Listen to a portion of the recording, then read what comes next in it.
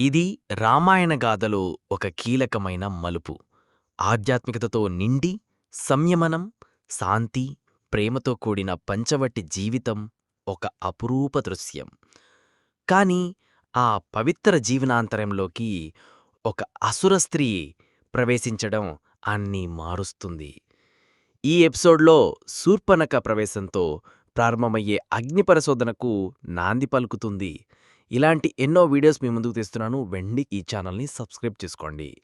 రాముడు, సీత, లక్ష్మణుడు గోదావరి నదీ తీరాన ఉన్న పంచవటి ప్రాంతాన్ని చేరుకున్నారు. ప్రకృతి మహిమాన్వితంగా మురిసిపోతూ నీలిమని కొండలు, పచ్చని వృక్షాలు, ప్రవహించే గోదావరి ఒడ్డు ఆ స్థలాన్ని దేవతల నివాసంగా మార్చింది. అక్కడ వారు ఒక పర్ణశాల నిర్మించారు. ఇది కొత్తగా మొదలైన వారి అరణ్యవాస జీవితం యొక్క కేంద్రబిందువైంది. పర్వతాల మధ్య, గంగా ప్రవాహాల ముంగురుల మధ్య సీతారాముల నివాసం తుష్పించింది.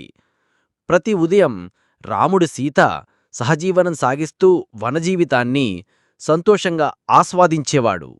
లక్ష్మణుడు రక్షణ కోసం ఎప్పుడూ అప్రమత్తంగా ఉండేవాడు. అన్నయ్యకు సేవ చేయడంలో గర్వించేవాడు. ఇలాంటి పుణ్యక్షేత్రంలో ఒక్కరోజు అనూహ్యమైన ఓ శబ్దం వినిపించింది. శూర్పణఖ అనే రాక్షసరాజు రావణుడి చెల్లి పంచవటిలోకి అడుగుపెట్టింది. రాముని రూపాన్ని చూసిన ఆమె అతనిలో ప్రేమకాంక్షను నింపుకుంటుంది. ఆమె తన అసుర రూపాన్ని మార్చుకుని అందమైన స్త్రీ రూపంలో రాముడి దగ్గరకు వచ్చింది. నీవు మహానుభావుడివి, నన్ను భార్యగా అంగీకరించు అంటూ ఆమె రాముని మోహింపజేయాలనుకుంది. రాముడు నవ్వుతూ, నేను సీత అనే ఒక వనితతో వివాహితుణ్ణి, నా తమ్ముడినడుగు అన్నాడు. శూర్పణఖ లక్ష్మణుడి దగ్గరకు వెళ్ళింది. కాని అతడు కూడా వినకుండా వ్యంగ్యంగా నవ్వాడు. ఆ క్రూరతతో కూడిన ప్రేమను నిరాకరించిన వీరి చర్య శూర్పణఖలో కోపాన్ని రెచ్చగొట్టింది. ఆమె సీతమ్మ వారిని హింసించాలనుకునే ప్రయత్నం చేసింది. వెంటనే లక్ష్మణుడు తన ఖడ్గంతో ఆమెకు శిక్ష విధించాడు. ముక్కును కోశాడు. రక్తం కారుతున్న శూర్పణఖ అక్కడ నుంచి అరుస్తూ పారిపోయింది. అవమానంతో, ప్రతీకార భావంతో ఆమె తన అన్నయ్య రావణుడి దగ్గరకు వెళ్ళింది. అక్కడ నుంచే శ్రీరాముడి మీద ప్రారంభమయ్యే శత్రుత్వం గాఢమైంది.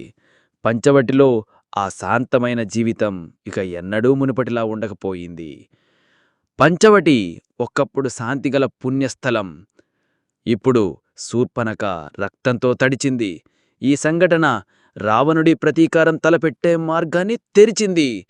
ఈ ఘటనతో రామాయణ గాథ ఒక ముద్రు మలుపు తిరిగింది.